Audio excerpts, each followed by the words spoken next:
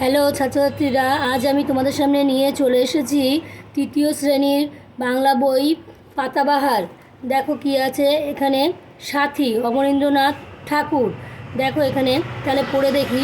তেপান্তরের মাঠ চারিদিকে ধুধু করছে, তার মাঝে একটি তাল গাছ। তাহলে কোথাকার মাঠ? তেপান্তরের মাঠ, চারিদিকে কেমন করছে? ধুধু করছে।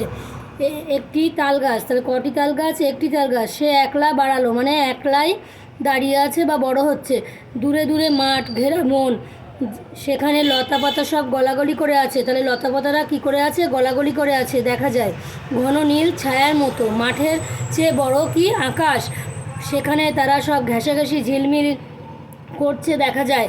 কেউ একা নেই, হাওয়া আসে, তার সঙ্গে আসে তার সাথী ফুলের গন্ধ। তাহলে কী আসে? হাওয়া আসে, আর তার সাথে কী আসে? তার সাথী ফুলের গন্ধ।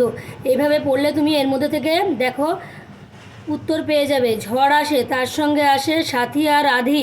তাহলে ঝড়ের সঙ্গে আসে সাথী আর আধি। আর বৃষ্টি, মেঘ আসে, তার সঙ্গে আসে বিদ্যুল্লতা বিদ্যুল্লতা অপরূপ সুন্দরী। সাথী ছাড়া কেউ নেই, শরতের মেঘ তাদের সাথী হয়ে চলে বলাকা। তাহলে শরতের মেঘের সাথীকে বলাকা।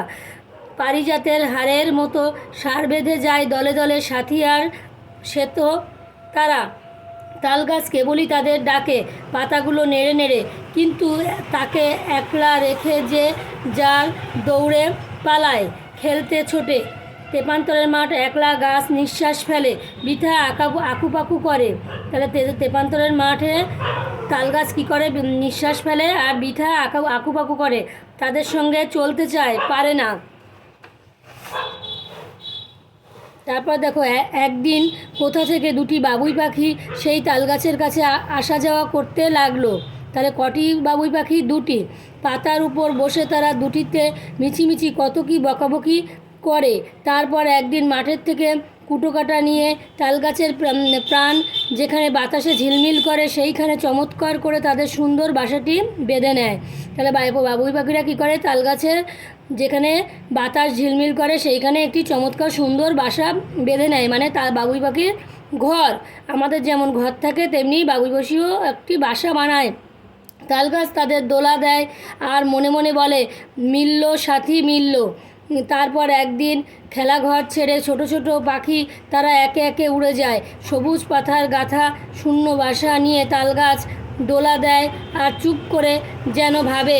থেকে থেকে সে তালগাছ, তার মন খারাপ হয়ে যায়, আর সে চুপচাপ বসে বসে কী যেন ভাবে।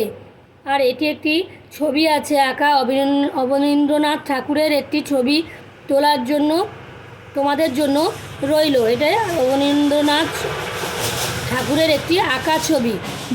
তারপরে দেখো এর প্রশ্নগুলি আছে, প্রশ্নগুলি আমি তোমাদের উত্তর এবং প্রশ্নগুলি পড়িয়ে দিচ্ছি।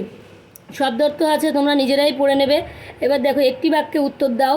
তালগাছ কোথায় একলা বাড়ালো? তালগাছ আমরা আগেই পড়েছি, তেপান্তরের মাঠে একলা বাড়ালো। ঘন নীল ছায়ার মতো কাদের দেখা যায়? লতা পাতা দেখা যায়, তারা কি করে থাকে? গলাগলি করে। মাঠের চেয়ে বড় কে? আকাশ। হাওয়ার সঙ্গে কে আসে? ফুলের গন্ধ। ঝড়ের সঙ্গে কে আসে? আধি ও বৃষ্টি। শরতের মেঘের সাথী কে? বলাকা। তালগাছ কেন বৃথা আকুপাকু করে?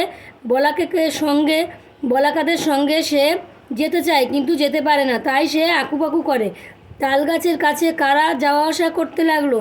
দুটি বাবুই পাখি। বাবুই পাখিরা কোথায় বাসা বাঁধলো? তালগাছের প্রাণ যেখানে বাতাস ঝিলমিল করে, সেইখানেই বাবুই পাখিরা বাসা বাঁধলো। তালগাছ চুপ করে ভাবে কেন? কারণ তার সাথী বাবুই পাখিরা চলে গেছে, তাই সে ভাবে। তারপর দেখো, দুইয়ের দেখে কী আছে? উপযুক্ত শব্দ বেছে নিয়ে শূন্যস্থানে বসায়। এখানে কিছু শব্দ দেওয়া আছে, যেটা সঠিক সেটা তোমাকে শূন্যস্থানে বসাতে হবে। দেখো, চারিদিকে ধুধু হু হু করছে, তাহলে চারিদিকে ধুধু করছে। সেখানে লতাপাতা সব দলাদলি গলাগলি করে আছে, আমরা আগেই পেছনে পড়েছি, গলাগলি করে আছে। সেখানে তারা সব ঘেঁষাঘেঁষি ঝিলমিল কিলবিল করছে। এখানে ঝিলমিল, তারা দুটিতে মিছিমিছি কত কি হাঁকাহাঁকি বকাবকি করে। তাহলে বকাবকি করে। মাঠের থেকে এঁটো কাটা না কুটো কাটা নিয়ে বাসা বাঁধে? মাঠের থেকে কি করে? কুটো কাটা নিয়ে বাসা বাঁধে।